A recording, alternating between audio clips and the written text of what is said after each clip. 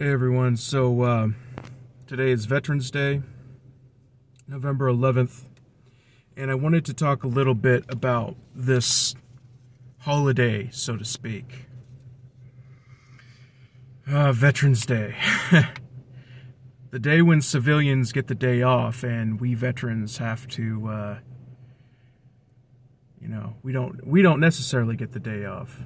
But no, if you work for the government, you work for the city, you work for the state, work for the post office, yeah, you get the day off.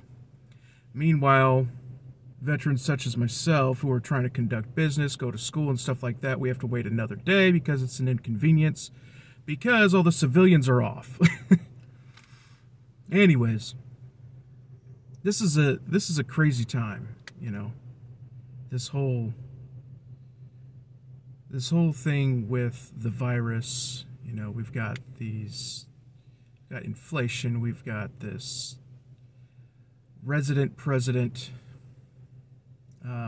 let's go Brandon, by the way, and we've got this Rittenhouse trial, and what's crazy about it is, with these days, the Bible told us that we will have some crappy days ahead of us, but the problem is we didn't think that we would be able to affect change and it not happen.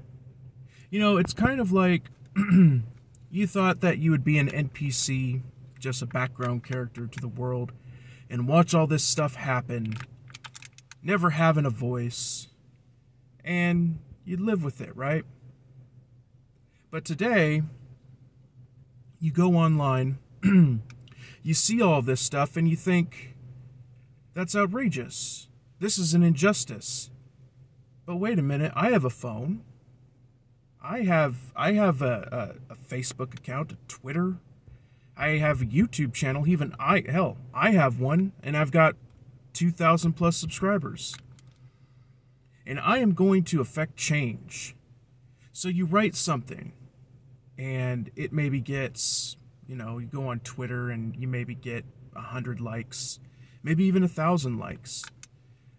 But nothing changes. It's all the same. And you wonder, when is justice going to be served? Yeah, in previous videos I've talked about how God is allowing sin to run its course. And it's maddening just sitting here, waiting for it to happen. But the thing is the judge will deliberate. Eventually, at the end, we will get justice. Now, whether you're clamoring for justice and at the end you don't get it, maybe you're on the opposite side of the issue, and you could you imagine if everybody who demanded justice got justice? I mean, look at the left, for Christ's sakes, If they demanded justice, this place would be a hellhole. If everybody who demanded justice got justice, think about all of the people out there who are misinformed, all those who are watching CNN and MSNBC, where they don't even take the Kyle Rittenhouse trial, for example. These people don't even watch the videos of what happened, and they just watch the fact that Kyle is a white supremacist. And I know I'm hung up on this case, but bear with me. It's weighing on my mind. They say that Kyle's a white supremacist who took a weapon over to another state and wanted to go shoot protesters. That's quite the narrative, I've got to say. But it's not true. We all know it's not true. I mean, all of us who have watched the trial. So now what are the media doing? Well, the media is now saying, well, looks like it's an acquittal. Looks like it's not going to happen. Looks like we are not going to get justice. And what does that mean?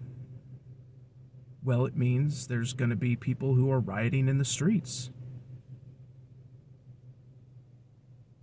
People rioting in the streets because the leftist media told them that something was going to happen when it didn't. They thought they were going to get justice, but they didn't, right? And so now they're souping up.